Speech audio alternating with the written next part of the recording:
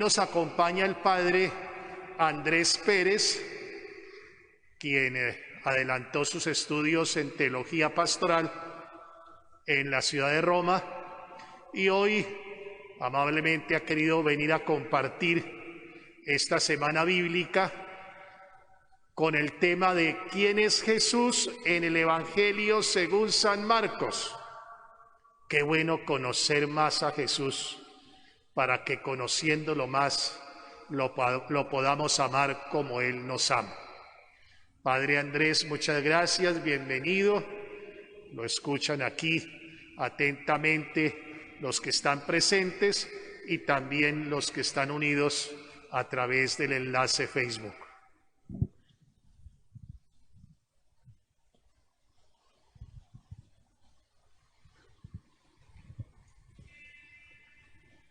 Muchas gracias, Padre José, por la invitación y bueno, un saludo cordial a todos, una feliz noche, bienvenidos, bienvenidas.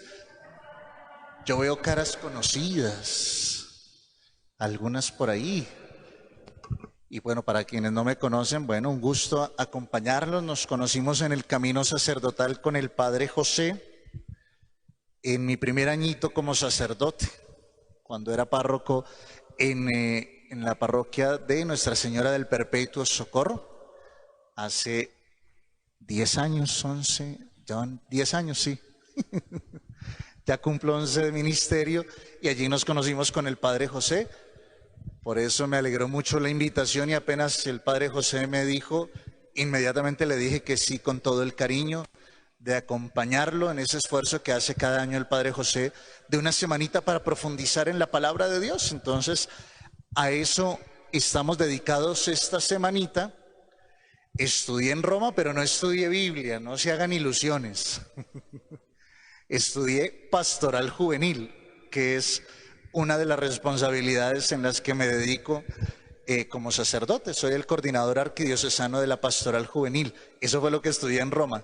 Pero por supuesto que me pusieron ustedes a desempolvar apuntes y a estudiar quién es Jesús en el Evangelio de Marcos y lo vamos a compartir juntos en esta noche. Saludamos a quienes se conectan también virtualmente a través de la página Facebook de la Sagrada Familia. Entrar en la Sagrada Escritura sin orar se nos convierte en un ejercicio intelectual y ahí de entrada ya perdemos el año, porque la Sagrada Escritura hay que entrar en oración. Por eso los invito en la primera diapositiva. No sé si se alcanza a leer, pero bueno, si quieres pasamos a la siguiente. Esto es un examen optométrico. El que no lea le toca irse al Olaya y cambiarse la fórmula de las gafas. Yo el primero, caramba. No, si yo alcanzo a leer, pero con gafas aquí cerquita. La oración que encontramos igual es la oración que el Papa Francisco ha querido para el sínodo del 2021-2023. Creo que si estamos en sintonía de iglesia, todos sabemos que estamos convocados por el Papa Francisco a un sínodo. Y el sínodo, el Papa nos invita a caminar juntos. Y este ejercicio que hacemos junto al Padre José, toda esta semana bíblica, es un caminar juntos. ¡Qué bonito! Que nuestro párroco nos invite a profundizar en la Sagrada Escritura, maravilloso.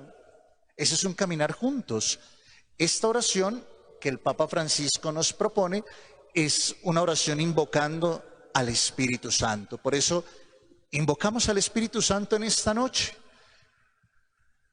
que me utilice como su instrumento para compartir con ustedes, pero que nos ilumine a todos y cada uno de nosotros. Podemos permanecer sentados, no se afanen, ustedes han trabajado todo el día.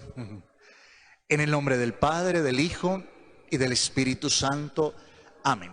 No se afanen, yo me acerco y la leo y ustedes la van siguiendo. Si alguno milagrosamente la alcanza a leer, la lee conmigo. Estamos ante ti, Espíritu Santo, reunidos en tu nombre. Tú que eres nuestro verdadero consejero, ven a nosotros, apóyanos, entra en nuestros corazones, enséñanos el camino, muéstranos cómo alcanzar la meta, impide que perdamos el rumbo como personas débiles y pecadoras. No permitas que la ignorancia nos lleve por falsos caminos. Concédenos el don del discernimiento para que no dejemos que nuestras acciones se guíen por perjuicios y falsas consideraciones. Condúcenos a la unidad en ti para que no nos desviemos del camino de la verdad y la justicia, sino que en nuestro peregrinaje terrenal nos esforcemos por alcanzar la vida eterna. Esto te lo pedimos a ti, que obras en todo tiempo y lugar, en comunión con el Padre y el Hijo, por los siglos de los siglos. Amén. Espíritu Santo, ilumínanos y santifícanos. Espíritu Santo, ilumínanos y santifícanos. Sagrada Familia de Nazaret, ruega por nosotros. En el nombre del Padre, del Hijo y del Espíritu Santo. Amén. ¿Quiénes estuvieron ayer con el Padre Gerson en la introducción de este ejercicio? Muy bien. ¿Quiénes vienen hoy por primera vez que no pudieron venir ayer? Muy bien. Los que vinieron ayer recordarán que había una tarea. ¿Cuál era la tarea? Era una tarea que había que hacer de 2 a 3 de la mañana cuando se desvelaran, decía el Padre Gerson ayer. Leer el Evangelio de Marcos. Si quieres pasamos a la siguiente diapositiva. Entonces la tarea era leer el Evangelio de Marcos. Y hay que hacerla. Seamos sinceros, el Padre José no los va a excomulgar, no se afanen. ¿Quién se dio la pela y se leyó el Evangelio de Marcos completico? Los demás, no se afanen. Siempre hay oportunidad en el amor de Dios. Si no lo hicieron de ayer para hoy, háganlo de hoy para mañana. Pero si no lo hacemos, no vamos a aprovechar este ejercicio tan bonito de conocer el Evangelio de Marcos. ¿Por qué? Porque cada cosa que digamos no va a tener un sustento y una base en una lectura previa, ¿cierto? Es como cuando el profesor en el colegio o en la universidad le dice a uno, el tema va a ser este para la próxima clase, preparen. Si uno prepara y llega y el profesor le habla a uno, uno entiende todo, porque preparó. Pero si uno no prepara, pues cuando el profesor está hablando, uno no va a entender muchas cosas. Por eso, si no lo han hecho, no se afanen. Tenemos toda la semana, pero que no llegue el viernes sin haber leído el Evangelio de Marcos. Además que no tienen perdón de Dios. ¿Por qué no tienen perdón de Dios? Porque es el Evangelio más cortico. Miren, quienes lo leyeron, ¿cuánto se gastaron? 2 horas. Miren, hasta en 1 hora, si no hay nietos que cuidar y hacen desorden, en 1 horita se lee el Evangelio de Marcos. Entonces, eso es lo primero que hay que decir y quiero invitarlos y recordarles. No se me queden sin leer el Evangelio de Marcos. Quiero retomar algunas cosas muy sencillas de las que dijo el Padre Gerson ayer, que nos sirven para iniciar nuestro tema de hoy. El Padre Gerson nos decía ayer que al Evangelio de Marcos, ¿cómo hay que leerlo? Como si fuera una ¿qué? Una novela. Como si fuera una novela. Y en ese sentido, la novela, ¿qué es lo que nos va a contar? Una historia. ¿Y cuál historia? La historia de Jesús. Prácticamente la novela del Evangelio de Marcos, que es el tema de hoy. ¿Quién es Jesús en el Evangelio de Marcos? En el fondo es la pregunta de la idea central de la buena noticia del Evangelio de Marcos. En el fondo, Marcos, ¿qué se propone? responder esa pregunta. ¿Quién es Jesús? Por eso es tan importante el tema de hoy. Puede hacer que le atinemos. Por eso es tan importante. Decía el padre Gerson ayer que así como en el español cuando uno lee un cuento o una obra literaria tiene tres partes, un nudo y un, no pierdan eso. Eso es lo que vamos a ver ahora a profundidad en este ratico. Y en tercer lugar, decía el padre Gerson que quien compone el Evangelio de Marcos era muy seguramente un ¿qué? Un catequista. Pasaron la prueba de ayer. Era un catequista.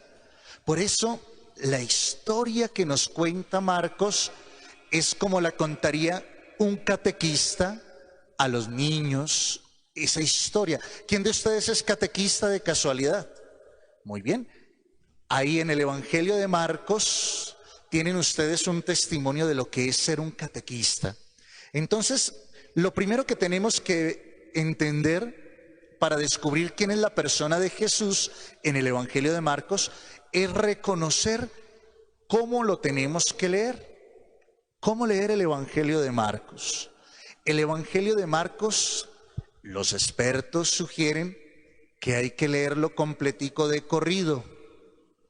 No se vale leer, parar y mañana lee otro pedacito. No. ¿Por qué? Porque el Evangelio de Marcos fue compuesto para dar respuesta a quienes empezaban a preguntar, bueno, ¿y quién es ese tal Jesús? Quien vivió en el año 20 o 25 después de Cristo en Jerusalén sabía quién era Jesús. ¿Cómo no iba a saber uno quién era el que sanaba, curaba, expulsaba demonios, multiplicaba los panes? La gente lo sabía, pero cuando Cristo muere, resucita y pasan unos buenos años, ya había gente que no había conocido a Jesús. Es como la historia en nuestras familias. Cuando uno nació y los abuelos murieron jóvenes, pues uno no sabe nada de los abuelos. Uno le tiene que preguntar a los papás, ¿quién fue mi abuelo? Yo no conocía a mi abuelo paterno, por ejemplo, mi abuelo Domingo, que en paz descanse, y mi mamita lo conoció solo hasta los 5 años, y mi mamá ya tiene 75. Entonces, yo no tengo ni idea del abuelo Domingo, tocaría preguntarle a otros. Por eso nace el Evangelio de Marcos como una historia para ser contada completica. Qué charro sería que a uno le dijeran, esta es la historia, y le empiezan a contar el inicio, le cuentan el nudo, pero no le cuentan el desenlace. Entonces queda uno como esas novelas cuando lo dejan a uno en lo mejor, ya va a llegar, y entonces está casando, los dos están casando acá, y entonces hacen la toma en la puerta de la iglesia que entra con un niño, una mujer, y uno dice, se tiró el matrimonio. Y ya uno esperando el momento, y sale, continuará. Por eso el Evangelio de Marcos, sean juiciosos, léanlo de corrido, porque es la mejor manera como vamos a poder percibir. Ahora, piensen ustedes lo siguiente, la Biblia como ustedes y yo la tenemos hoy en día, no fue la manera como se escribió. Si uno coge la Biblia hoy en día, uno encuentra los capítulos, los versículos y las perícopas, que son como las indicaciones de las grandes partes. Por ejemplo, si uno va al Evangelio de Marcos, en el capítulo 1, versículo 14, muy seguramente aparece el ministerio de Jesús en Galilea. Pero esa indicación no la tenía el Evangelio de Marcos cuando se compuso. Cuando se compuso el Evangelio, ¿qué indicaciones había? No había capítulos, no había versículos, era un texto íntegro y completo. Otra sugerencia para la lectura. Incluso algunos sugieren que uno no lea esas perícopas, que uno lea solamente los números de los versículos, porque así puede descubrir la esencia de lo que quiso transmitirnos Marcos. Bien, entonces encontré esta frase que me parece preciosa. Al leer el Evangelio de Marcos, debemos comportarnos como si escucháramos los bellos recuerdos contados por un testigo de primera mano. Y para poder percibir esos bellos recuerdos de un testigo que estuvo ahí con Jesús, hay que leerlo completico, con un corazón abierto, como quien va contando una historia. Por eso quise colocar esa imagen ahí. Creo que la imagen que mejor evoca lo que quiero compartirles es el abuelo y el nieto. Un abuelito le cuenta al nieto sus historias y el nieto queda cautivado de todo lo que le cuenta el abuelo. Y es que yo en mi época, allá en la finca, salía en la mañana y el nieto es ahí impactado. Eso, mis queridos amigos y amigas, era lo que quería hacer Marcos. Cuando había gente que le sonaba el tema de Jesús, pero no lo conocían, ¿qué hacían? Tome, léase esto, el Evangelio de Marcos, como una historia que llevaba al personaje a meterse dentro de la historia y a lograr descubrir quién era Jesús. Por eso, la persona de Jesús en el Evangelio de Marcos se va revelando de manera progresiva. O si no, no tendría gracia la historia. Una novela no comienza diciendo, y al final fulanita se casó con el otro. Si la novela empieza así, pues ya uno no la ve, ¿cierto? Entonces, por eso es un camino progresivo. Se va descubriendo la persona de Jesús. Entonces, ¿por qué es importante leerlo? Y yo sé que después de este momentico de compartir hoy, en esta noche, seguramente que ustedes van a hacer la tarea mañana o esta noche, según el padre Gerson, si se vuelven a desvelar. ¿Por qué? Porque van a ir entendiendo mucho más. Entonces, ¿cuál es la idea o cuál es el ejercicio?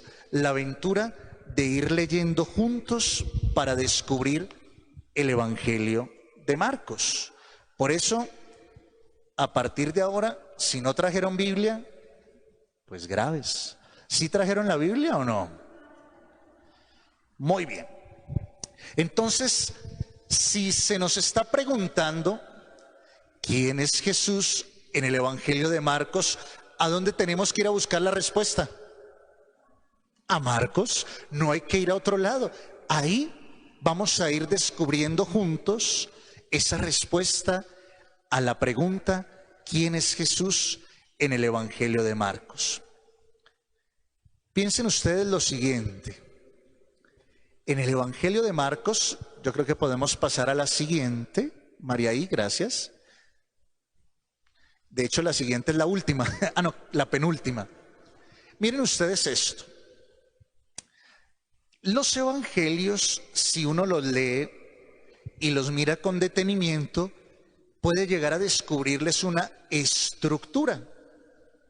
Es decir, el Evangelio, si bien fue el primero en componerse antes del año 70, como nos decía el padre Gerson, probablemente hacia el año 60, no quiere decir por eso que por ser el más viejito no haya sido escrito con un estilo.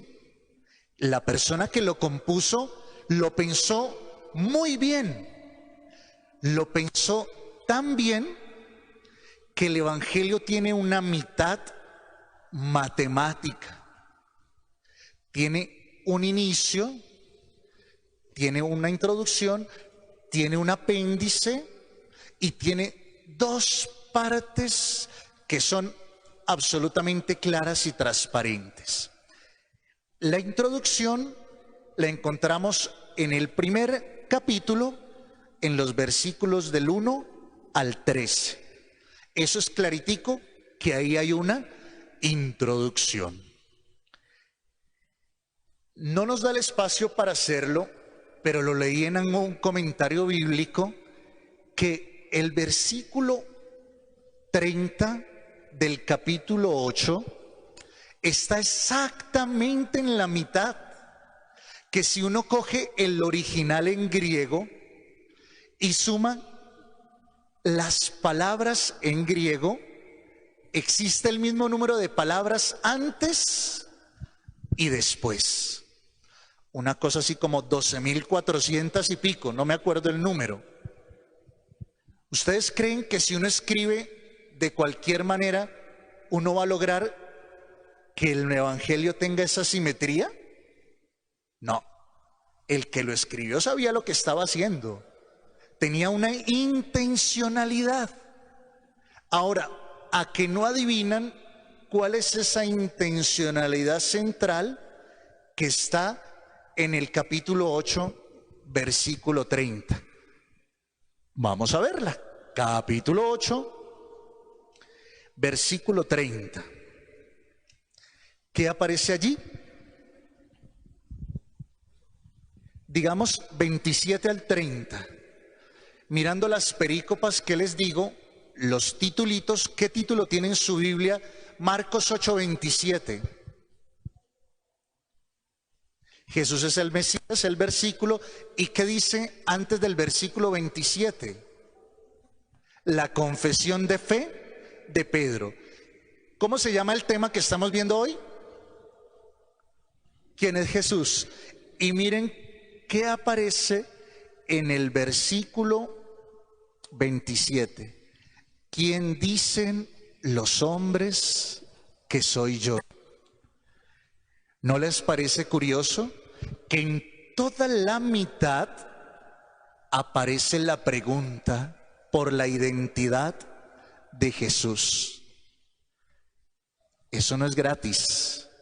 Quiere decir que el centro y el eje por donde va a girar el evangelio es querer responder a esa pregunta. Y por eso hay un antes, el misterio del Mesías, y hay un después, el misterio del Hijo del Hombre. Hay dos partes muy claritas en el evangelio. ¿Qué caracteriza cada una de las dos partes? Ya vamos a entrar allí. Nos devolvemos a la introducción. Marcos, el evangelio y el autor del evangelio. ¿Por qué no digo que el autor del evangelio es Marcos? Porque ustedes saben que es muy complicado ir atrás 21 siglos y poder decir: hubo un fulanito que se llamaba Marcos que se sentó y escribió el evangelio. Así no se compusieron los evangelios. Lo decía el padre Gerson ayer. Hubo relatos de aquí, relatos de allá, y Marcos en una comunidad concreta hizo su evangelio. Mateo la hizo en otro contexto junto a una comunidad. Lucas lo hizo en otro contexto y Juan en otro contexto distinto. Por eso cada evangelio es distinto. Tienen similitudes, pero cada uno tiene su particularidad. Marcos, el autor del evangelio, es tan buen escritor para contar la historia que desde el primer versículo ya nos da la respuesta. ¿Qué dice el capítulo 1, versículo 1? Volvemos al inicio.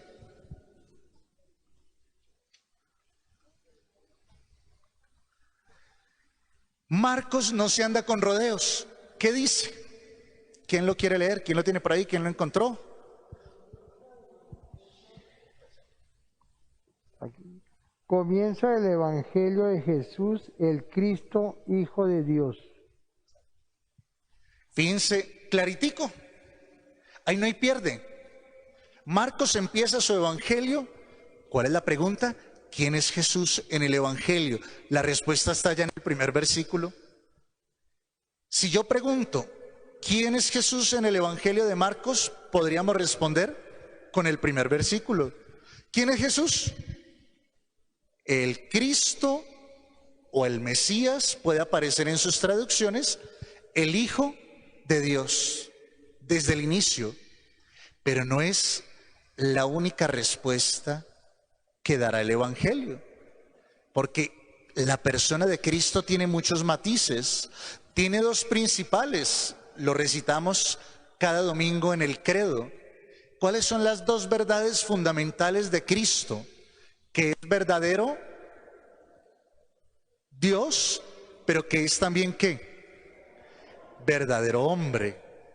Y ahí habría muchos otros títulos que vamos a ir descubriendo, confiando en Dios que el tiempo nos dé la posibilidad.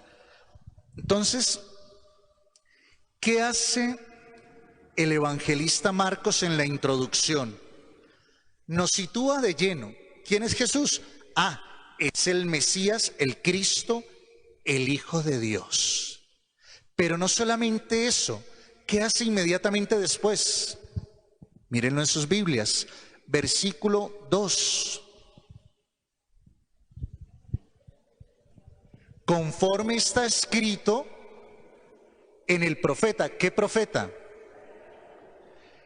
¿Qué está haciendo Marcos? Jesús no es un personaje que aparece desconectado de una tradición. Inmediatamente Jesús, el Mesías, el Hijo de Dios, viene conectado a las profecías del Antiguo Testamento.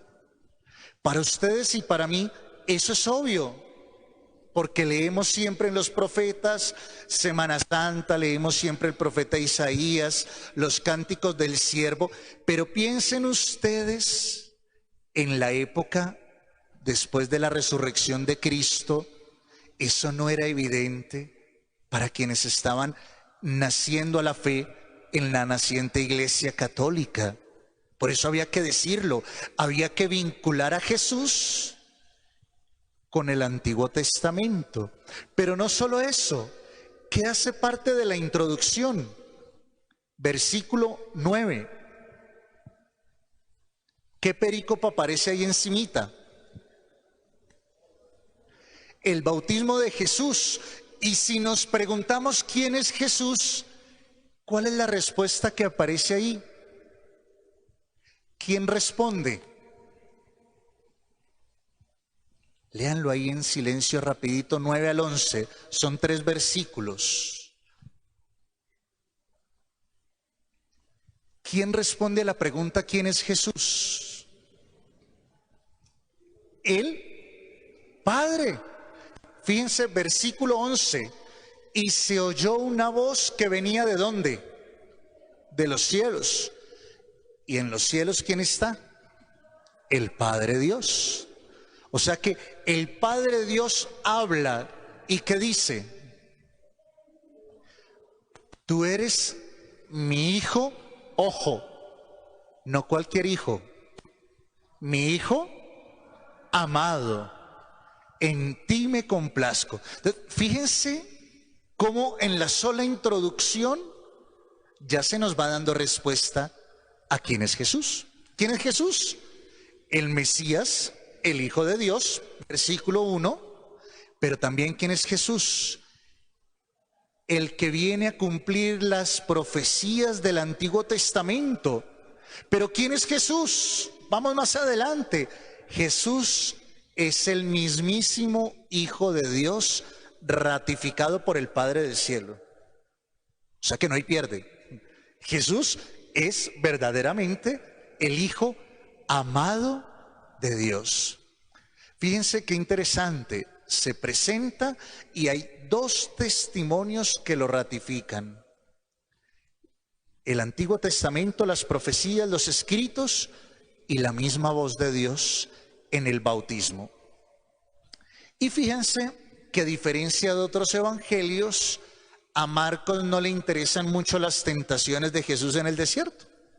Si uno va al evangelio de Mateo, las tentaciones aparece que la torre del templo, que miren acá las tentaciones ¿cuánto duran? 2 versículos. A Marcos no le interesa. Fíjense que también es interesante, paréntesis, ir descubriendo las diferencias. Cuando uno utiliza la Sagrada Escritura, sigo en el paréntesis, muchas veces se citan otros pasajes de otros evangelios. Si ustedes ven ahí, tentaciones en el desierto, en la Biblia que yo tengo aparece Mateo 4, 1, 11. No sé si aparece en la que ustedes tienen. Por algún bordecito o debajo aparece una cita de Mateo y una de Lucas hablando de las tentaciones. ¿Sí la ven o no la ven? Si no la ven, cambien de Biblia.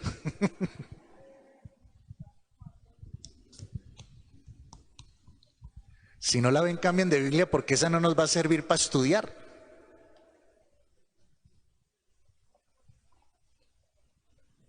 Fíjense que cuando uno va a la Sagrada Escritura para estudiar, tiene que apoyarse del instrumento de trabajo que es la palabra de Dios. Y la Biblia nos va ayudando. En Marcos son solo 2 versículos. A Marcos no le interesa. Marcos quiere entrar de una vez a contar quién es Jesús. Tan es así que terminado, arranca el Evangelio con la predicación de Juan el Bautista y no nos cuenta nada del nacimiento de Jesús. No nos dice nada de que se perdió en el templo, de la anunciación del ángel a María. ¿Por qué? Porque no le interesa a Marcos quedarse ahí. Y muy seguramente porque tampoco había tradiciones que hablasen de eso tan inmediatamente. Como es el primer evangelio que se compone, hoy estamos conectados con el Padre José. Me está llamando el Padre Mauricio Fontalvo del Seminario Mayor. Después le devolvemos la llamada, que también estuvo con el Padre José trabajando. Muy bien. Entonces fíjense que ahí está la introducción. Con la sola introducción ya tenemos una parte de la respuesta, pero no nos podemos quedar ahí. Tenemos que entrar. Entonces entremos en el primer libro, el misterio del Mesías. No sé si les es familiar este tipo de expresiones. Jesús curó, pero le pidió que no dijera nada. Y expulsó los demonios, pero les dijo que se quedaran callados, que no dijeran. Y entonces los discípulos vieron y les pidió. Eso es lo que los estudiosos de la Biblia llaman el secreto mesiánico. ¿Qué es el secreto mesiánico? Es curioso, está presente también en Mateo y Lucas, pero mucho menos, pero Marcos sí lo tiene muy marcado, que Jesús pareciera que no quiere ser descubierto de una. Pareciera que Jesús quiere que caminemos con Él y que vayamos descubriendo poco a poco su identidad. Entonces, fíjense qué interesante eso. Y tiene que ver, hagamos la actualización, tiene que ver con nuestra vida de fe. Uno cómo descubre a Jesús en su vida. De una pum, de un totazo. Bueno, totazos nos los hemos dado todos en la vida, seguramente que sí. Y si ustedes y yo estamos acá, un buen porrazo nos dio el Señor en la vida que convirtió nuestro corazón. Pero normalmente nuestra vida de fe es un camino que se va descubriendo paulatinamente, poco a poco. Una es la fe que tenemos hoy en día ustedes y yo, lo que estamos acá, pero pregúntense cómo era su fe hace 30 años. Era otra. No vamos a decir ni mejor ni peor porque no se trata de eso. Vamos a ser distinta. Y así como es nuestra vida como seres humanos, así mismo actúa Dios. Por eso la revelación, es decir, la identidad de Jesús, se va dando a conocer progresivamente.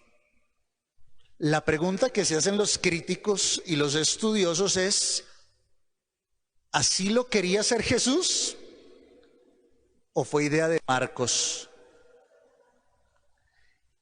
Y la pregunta no tiene respuesta así de fácil, entonces la dejamos así en el aire. Pero lo que sí es cierto es que tiene sentido. No se nos indica de claridad en el primer versículo quién es Jesús, pero luego es como el tráiler de las películas, ¿cierto? Cuando se va a lanzar una película, un estreno, ¿qué hacen?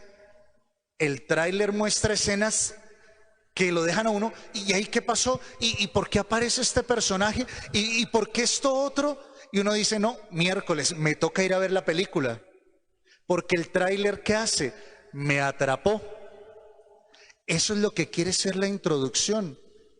Oiga, me van a hablar de un tal Jesús, que es el Hijo de Dios. Oiga, y una voz del cielo salió y dijo que él era el Hijo amado. Pero ¿cómo es eso? No me dicen nada más.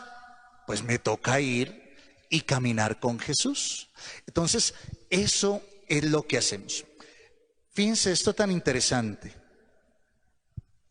En el Evangelio de Marcos, a lo largo de todo el Evangelio, hay, Virgen Santísima, ¿hasta qué horas vamos, Padre José?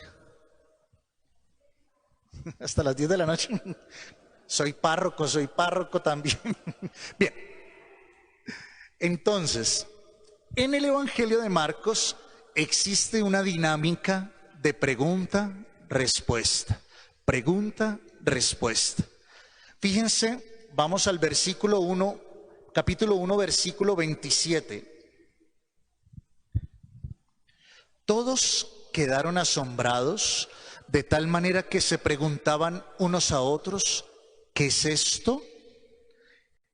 La pregunta, ¿quién es este? Porque Jesús acaba de curar a un endemoniado y es el primer milagro con el que inicia su predicación. Y ya la gente se pregunta, ¿quién es este? ¿Qué es esto? ¿Qué es esta doctrina? Pregunta.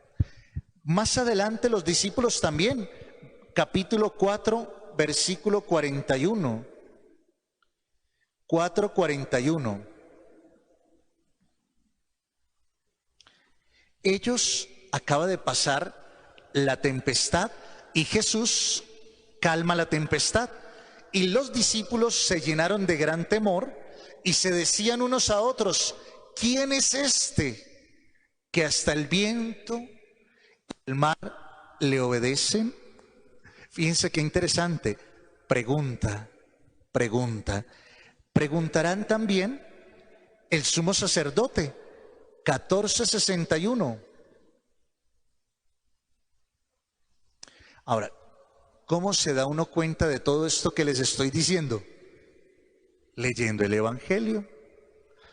Ahora, lo que yo les estoy compartiendo no es autoría mía, es tomado de un libro del estudio del Evangelio de Marcos, alguien que ya hizo juicioso la tarea de leerlo también y de contarnos estas cosas. ¿Lo encontraron? 14:61. ¿Quién pregunta en el 14:61? El sumo sacerdote le pregunta de nuevo, ¿eres tú el Cristo?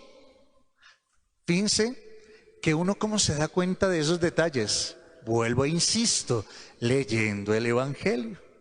Fíjense que en todo el Evangelio hay preguntas y les puedo apostar que ustedes no se habían dado cuenta de eso. ¿Y quieren reírse? Yo tampoco. Claro. Bueno, yo estudié el Evangelio de Marcos con los sinópticos en el seminario hace 13 años, pero uno ya no se acuerda un poco de estas cosas. Y fíjense qué interesante es volver a leer, volver a descubrir eso. Y fíjense que eso que uno no ve y que no es evidente y que nos hacen ver otros, ¿a qué nos llama? Oiga, yo tengo que leer el Evangelio de Marcos y yo quiero descubrir esas preguntas de las que habló el Padre y yo quiero descubrir esa historia que me invitó a leer el Padre Gerson. Eso es en el fondo, y compartí también en su momento la semana bíblica con el Padre José hace 10 años. Y yo sé que siempre en el corazón del Padre José la idea es ¿cuál? Invitarnos a profundizar en la palabra de Dios. Hay más preguntas. Pregunta Pilato, 15:2. ¿Eres tú el rey de los judíos? Más preguntas y más respuestas. Fíjense que las respuestas vienen ¿de dónde? Primero de Dios, la acabamos de leer. Capítulo 1, versículo 11. ¿Qué responde Dios? ¿Quién es Jesús? Mi Hijo amado. Tú eres mi Hijo amado, en ti me complazco. Otra respuesta, 9:7, capítulo 9, versículo 7. ¿Qué pasaje es? 9:7, rápidamente ahí. La transfiguración. ¿Y recuerdan ustedes que en la transfiguración también se escucha una voz del cielo que dice? Este es mi Hijo amado. ¿No les parece curioso que sean las mismas palabras? Eso no es gratis. Ahí hay una identidad de la persona de Jesús, el Hijo amado, que aparece al inicio, pero que también aparece hacia el capítulo 9. Bien, también hay otras respuestas a la pregunta, una muy importante y fundamental, 15:39. ¿Quién responde a la identidad de Jesús en el 15:39? ¿Quién dijo yo? ¿Qué pasa en el 15:39? La muerte de Jesús. ¿Y quién es el que habla? El centurión. ¿Y qué dice el centurión? Verdaderamente este hombre, naturaleza humana, era Hijo de Dios, naturaleza divina. Y qué curioso que sea al final del Evangelio, donde se muestran las dos identidades de Jesús, su naturaleza humana y su naturaleza divina. Y no lo dice al inicio. Al inicio dice que Jesús era el Mesías, el Hijo de Dios, pero no lo llama hombre. Esa identidad la reserva para el final, con una frase lapidaria: verdaderamente. Cuando uno dice verdaderamente es porque es así. Póngale la firma. Verdaderamente este hombre era Hijo de Dios. Pedro también dará su respuesta al centro del Evangelio, 8:29. Tú eres el Mesías. ¿Y ustedes quién dicen que soy yo?, le pregunta Jesús a los discípulos. Tú eres el Mesías. Al centro del Evangelio, la respuesta contundente de la identidad de Jesús. Herodes también da su respuesta, 6:16. ¿Qué dice Herodes en el 6:16? Y fíjense qué divertido es irse moviendo de lado a lado del Evangelio. Así tenemos que volvernos unos expertos en el Evangelio de Marcos en una semana. ¿Qué dice el 6:16?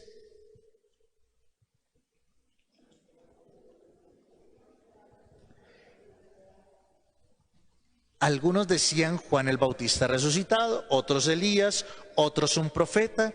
¿Y qué dice Herodes? Aquel Juan a quien yo decapité, ese ha resucitado. Fíjense que hasta Herodes se pregunta quién es Jesús e intenta dar una respuesta. Eso fijo es Juan, que yo lo decapité y resucitó. Esa es la respuesta de Herodes. Los demonios también tienen la suya. 3:11.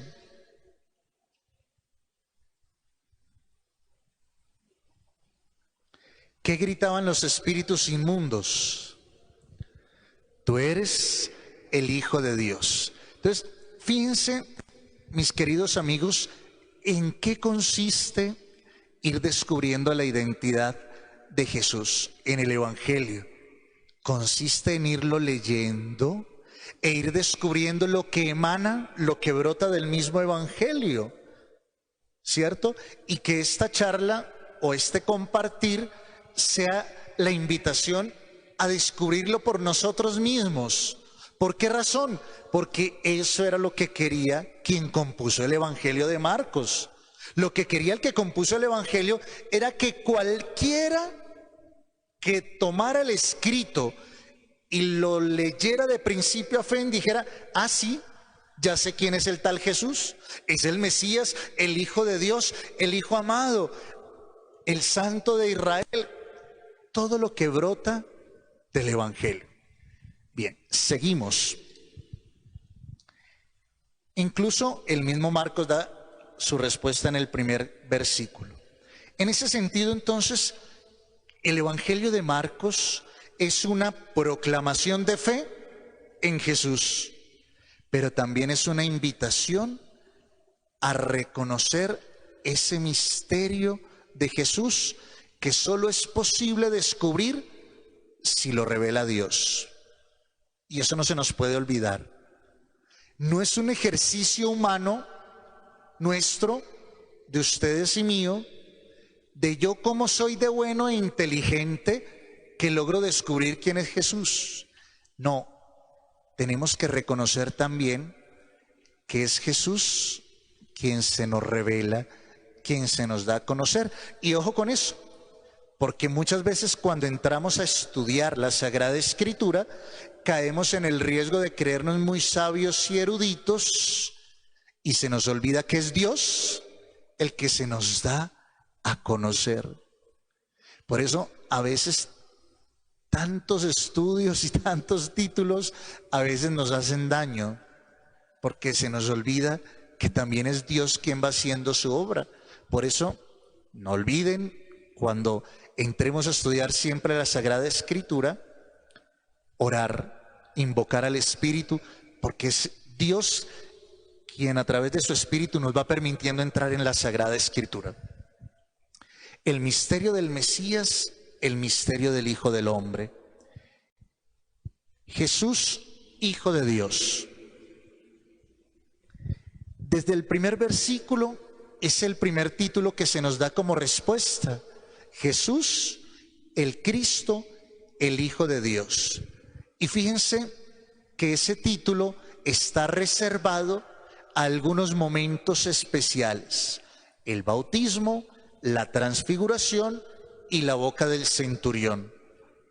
Y fíjense que es un título importante porque está al inicio, en el nudo y en el desenlace, lo que nos decía el padre Gerson. Si ese título está al inicio, a la mitad y al final, ¿qué quiere decir? Que tiene una prioridad por sobre otros títulos que puedan aparecer en Jesús. Es una verdad estructural del Evangelio, al inicio, a la mitad y al final. Y fíjense, y esto lo descubre uno, insisto, solo leyendo el Evangelio, Jesús nunca utiliza el título de Hijo de Dios o Mesías para él mismo. ¿Y cómo sabe eso, padre? Yo lo sé porque lo dice el autor del libro que leí. Pero ¿cómo lo sabemos ustedes y yo? Leyendo el Evangelio de Marcos. Y si ustedes y yo leemos el Evangelio de Marcos con detenimiento, en ninguna parte Jesús se presenta como el Hijo de Dios, el Mesías. Es un título que siempre viene dado de a otros hacia él. La voz del cielo, el centurión, todos los otros son los que lo dicen, pero Jesús nunca se presenta con ese título. Interesante. No porque no sea cierto. ¿Por qué creen ustedes?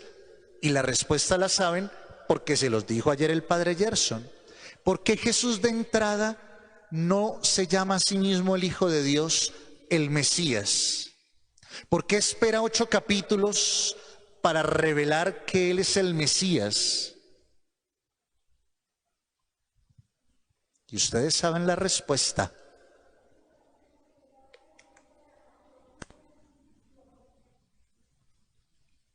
Ahí hay una parte de la respuesta, porque esa revelación se dará plenamente en la pasión, muerte y resurrección, pero hay otra razón. ¿Recuerdan lo que nos mencionaba el padre Gerson ayer del contexto sociopolítico de la Palestina? ¿Por qué Jesús no se presenta inmediatamente como el Mesías, el Hijo de Dios, y no se llama a sí mismo de esa manera? Porque a él no le interesaba que lo asociaran con un Mesías como liberador político, violento, que viniera con el ejército celestial a acabar con el imperio romano. Eso no le interesaba a Jesús, no le interesaba a Jesús. Por eso el misterio del Mesías y esos primeros 8 capítulos van revelando poco a poco esa identidad. Jesús quiere primero caminar con sus discípulos, mostrarse, enseñarles, compartir con ellos, antes de revelarse como el Mesías. Y fíjense, vamos pasando a la otra parte, porque el tiempo se nos va. Fíjense que a partir, no, nos quedamos en la misma. Esa es la última. El misterio del Hijo del Hombre. En contraste con el Mesías, el Hijo de Dios, Jesús sí se llama a sí mismo ¿cómo? El Hijo del Hombre. ¿Recuerdan ustedes los anuncios de la pasión? Porque el Hijo del Hombre tendrá que ser ejecutado, juzgado, asesinado, pero resucitará. Jesús sí se llama a sí mismo el Hijo del Hombre. ¿Y cuándo empieza a hablar Jesús del Hijo del Hombre? Cuando les ha dejado ver que es el Mesías. Inmediatamente, cuando se revela como el Hijo de Dios y el Mesías, para evitar que lo confundan, inmediatamente les anuncia la pasión y la muerte. Y por eso es que los deja aburridos y confundidos. Lo que nos decía el padre Gerson ayer. Porque claro, cuando ya por fin Jesús se revela en el Evangelio como el Mesías, ¿qué dicen los discípulos? Ah, ¿sí ven que sí era? Ahora sí va a llegar y nos va a liberar del imperio romano. E inmediatamente les dice, y el Hijo del Hombre tendrá que ser ejecutado y morir. Ah, no, nos engañaron. El Mesías que nosotros queremos es un Mesías glorioso, todopoderoso. No puede ser que lo vayan a matar. Por eso es que Pedro, no en el Evangelio de Marcos, Pedro dirá, lejos de ti, Señor, ¿cómo te va a pasar eso? ¿Y cómo le responde Jesús a Pedro?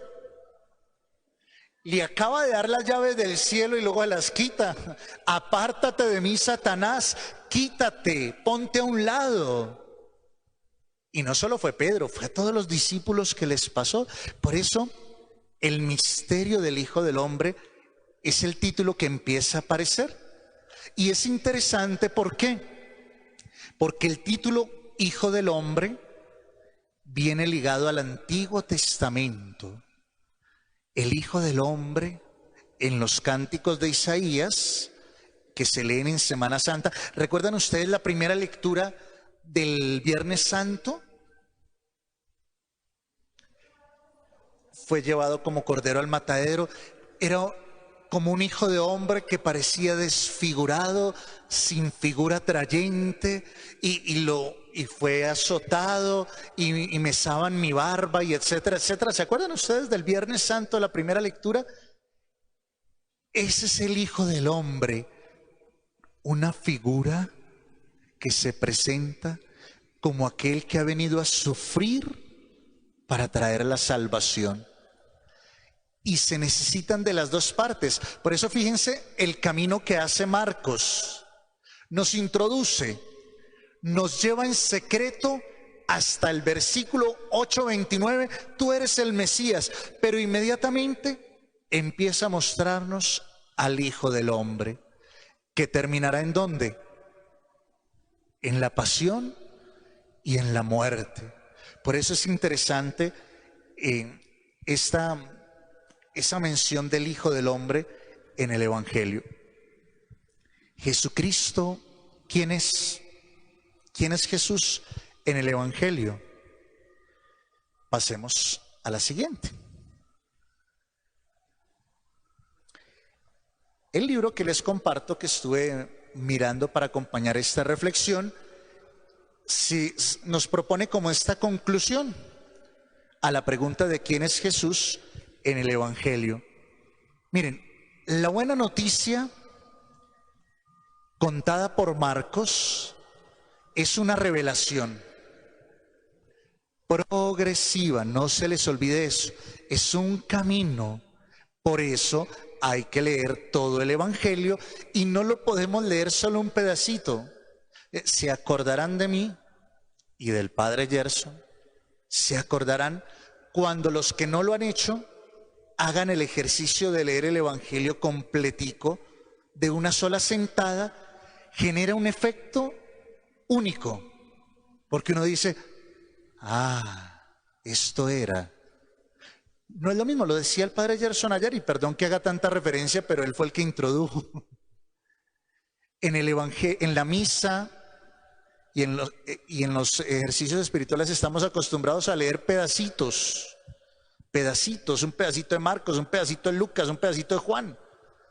Pero nunca nos damos la oportunidad de leer completo el Evangelio. Ahora, distinto es Mateo y distinto es Lucas y Juan, pero Marcos sí fue compuesto para ser leído como una historia completa. Por eso, la buena noticia contada por Marcos, fíjense, me pasé ese detalle al inicio, comienzo del Evangelio. ¿Pero qué es Evangelio? ¿Qué traduce Evangelio del griego? Buena noticia. Nos está diciendo Marcos al inicio que lo que nos va a contar es una buena noticia. Si a mí me dicen que hay una buena noticia, uno se emociona. Como cuando, oiga, le tengo una buena noticia. Y uno que dice, cuente a ver. Pues le tengo la buena noticia de Jesús, el Hijo de Dios. Es la revelación progresiva del misterio de Jesús. Desde el momento en que un grupo de discípulos ha reconocido en él al Cristo, fíjense, primera parte, el secreto mesiánico, un grupo de discípulos hasta que están listos y Jesús les lanza la pregunta, ¿quién dice la gente que soy yo? ¿Quién dicen ustedes? Ha reconocido un grupo de discípulos en él al Cristo. Jesús revela el camino del Hijo del Hombre, segunda parte. El camino del Hijo del Hombre que debe alcanzar la gloria a través de ¿qué? De la cruz. El Evangelio de Marcos, redactado a la luz de la Pascua, no se les olvide esto, los evangelios fueron escritos después de que pasó todo. Cristo aquí cuando Marcos escribe su evangelio en la comunidad, Cristo ya resucitó hace 20 años. Por eso lo que se escribe es visto desde Cristo resucitado.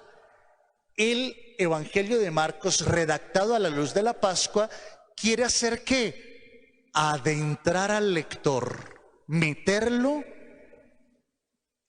en la fe pascual. En ese sentido, coloca al lector en un contexto prepascual. Fíjense que en ningún momento se habla de resurrección al inicio, pero ya todos sabemos que Cristo resucitó, pero no nos lo dicen, porque nos pone en un contexto prepascual para conducirnos ¿a dónde? A la fe en el Hijo de Dios. Eso es lo que quiere el Evangelio de Marcos. Hasta acá, un poquito a la carrera, lo que quería compartirles sobre quién es Jesús en el Evangelio de Marcos. Para que no quede como en el aire, porque hemos dicho un montón de cosas, ayudémonos entre todos a hacer un sumario de quién es Jesús. Si nos hicieran ahora la evaluación, el quiz, y nos preguntaran, bueno, ¿quién viene mañana, Padre José? Caramba, soy precursor de Monseñor Giovanni Cupitra. vicario episcopal de nuestra Vicaría del Espíritu Santo. Imagínense que mañana llega Monseñor Giovanni y lo primero que les dice, bueno, ¿y qué aprendieron ayer? No me van a hacer quedar mal que es vicario episcopal. Y puedo llegar yo al Espíritu Santo en los cambios sacerdotales. Entonces no me van a hacer quedar mal. ¿Qué se llevan esta noche de este ratico que hemos compartido? Más que lo decía molestando, más que una evaluación de muchas cosas que hemos dicho, si la pregunta fundamental de este ratico era, ¿quién es Jesús en el Evangelio de Marcos? ¿Qué nos llevamos hoy? ¿Quién quiere compartirnos? Y yo le acerco el micrófono. Espérate, porque no te oyen, ven para acá. Ya te vi diciendo muchas cosas, di una sola y le damos la oportunidad a todos. Es el Hijo de Dios. Es el Hijo de Dios. Bueno, esa la repetí 50,000 veces. ¿Quién es Jesús en el Evangelio de Marcos? Levanten la mano y lo dicen duro para que lo escuchen en la transmisión. Voy hasta allá. Es el Mesías. Es el Mesías, muy bien. ¿Qué más? Es el amado, el Hijo predilecto. Es el Hijo amado, el predilecto. ¿Quién más? El Hijo del Hombre. Es el Hijo del Hombre, muy bien. ¿Nada más?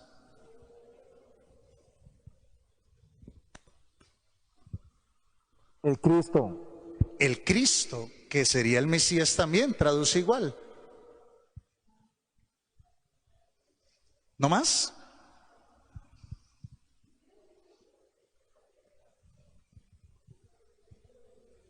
El Hijo de Dios Altísimo, ya lo dijeron.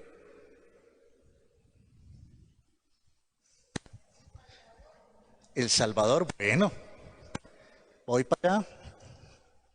Es el inicio y el final. Es el inicio y el final, bueno, eso no lo dije yo, pero ahí está seguramente en el Evangelio.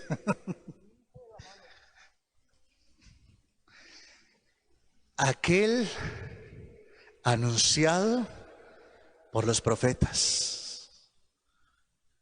No me dejen esa parte, porque Marcos, al ser el primero en contar la historia, nos remite a los escritos proféticos del Antiguo Testamento.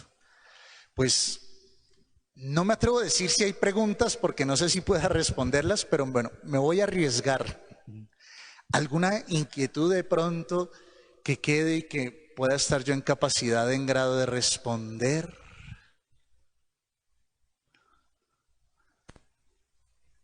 Con el riesgo del silencio, que significa siempre dos cosas en quien está aquí al frente. Una, todo quedó clarísimo, Padre, no hay una sola pregunta. O dos, no entendimos un carajo. Espero que sea la primera, que todo quedó muy clarito. Igual, fíjense que el ejercicio es bonito. De ayer a hoy, quienes pudieron participar ayer, quienes no vinieron ayer, búsquenlo en la página Facebook de la Sagrada Familia y véanlo, porque es interesante. Lo que nos dijo el Padre Gerson ayer nos situó para hoy. Y todo el recorrido que hemos hecho hoy nos prepara para la vocación y el discipulado mañana, Padre José. Seguramente que todo lo que hemos dicho hoy nos da una antesala preciosa, ayer y hoy, para el tema de mañana. Entonces no se afanen. Si hemos dicho en el Evangelio de Marcos que Jesús se revela ¿cómo? Progresivamente, pues también para nosotros este ejercicio de la semana bíblica, paso a paso vamos aprendiendo cada día. Solo comprométanse, no conmigo, con el Padre José, su párroco. Lean el Evangelio de Marcos, sáquenles ahorita de hoy a mañana. Miren, les aseguro que si leen el Evangelio completico esta noche o mañana en la hora que sea, antes de venir al tercer encuentro, le van a sacar un provecho maravilloso. Sin más preguntas, sí hubo una pregunta.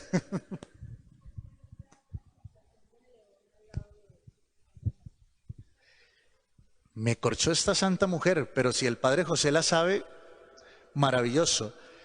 ¿Por qué exactamente la figura del león asociada al evangelista Marcos?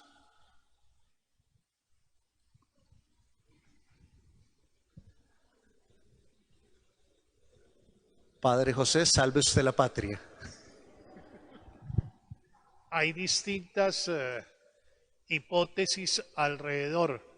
Una de ellas, no la única, es por aquello que al comienzo del Evangelio comienza hablando de Juan el Bautista, que vivía en el desierto, en medio de las fieras, etcétera, etcétera, y entonces de ahí sacan una posible explicación a partir de el contexto que rodeaba a Juan el Bautista.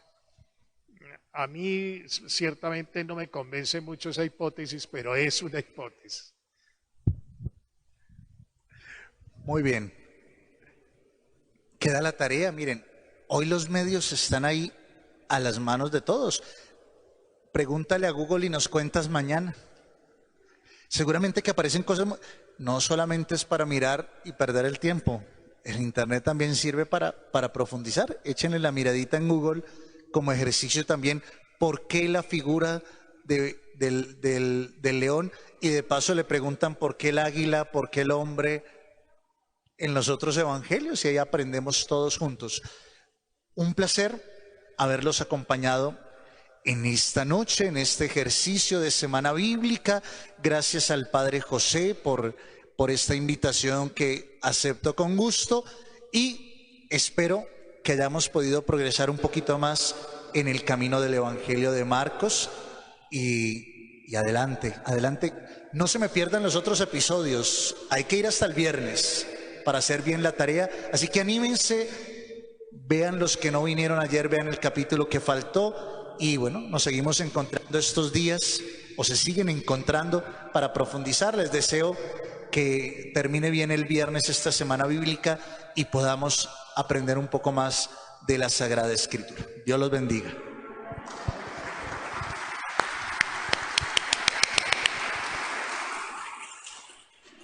Le agradecemos al Padre Andrés Pérez este tiempo de estudio, de reflexión.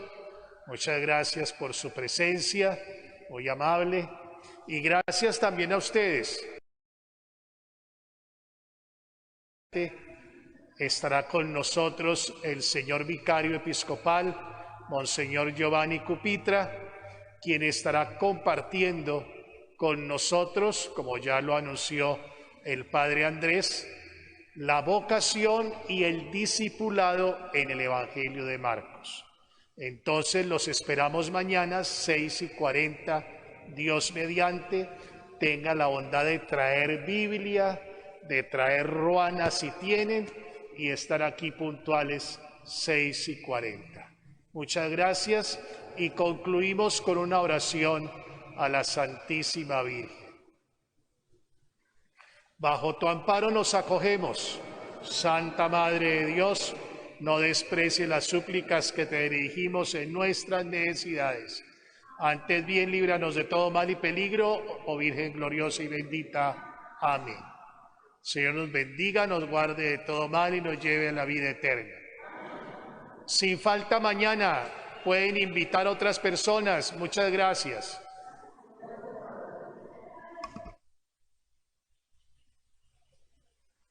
Si no han desconectado, también despedimos a los del enlace, a los que nos han seguido por Facebook. Muchas gracias.